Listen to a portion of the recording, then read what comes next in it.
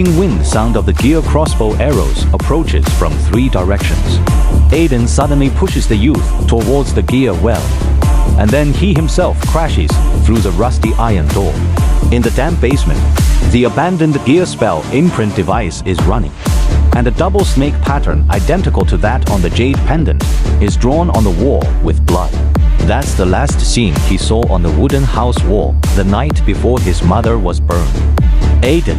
The youth's shout mixes with the sharp whistling of the crossbow arrows breaking through the wind. When Aiden turns around with his blood-red eyes, he clearly sees the trajectory of each crossbow arrow. The gear-headed arrows will first shatter his collarbone and then pierce through the youth's heart. He suddenly raises his father's wrench, and the red snake-shaped spiritual light bursts out uncontrollably for the first time, flipping the entire gear wall towards the pursuers. Amid the sound of metal collisions, he sees his blood droplets on the gears actually outline a formation identical to that on the parchment fragment. When the armor of the last knight falls to the ground, Aiden stumbles to pick up the jade pendant.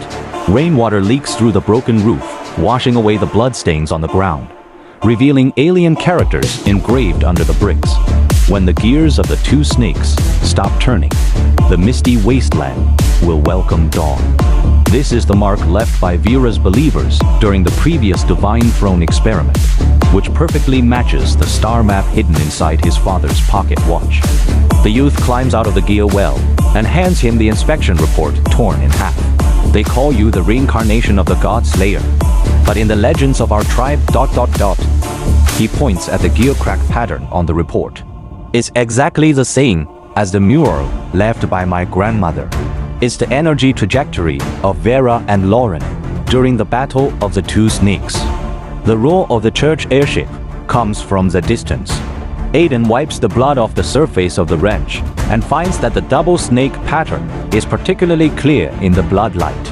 His father once said, "Gears and blood are both indispensable." At this moment, he finally understands that this is not just the creed of the blacksmith shop, but the resonance of the mark of the 2 snakes across 100 years in his blood. Follow me. Aiden drags the youth into the secret passage. The damp wind brings the unique rusty smell of the misty wasteland. When he presses the switch of the hidden door, the gear pocket watch on the workbench suddenly buzzes, and the hands are pointing exactly at the depths of the misty wasteland, where the petrified ancient tree stands. It's also the coordinates that his father repeated 17 times in his diary. The footsteps of the pursuers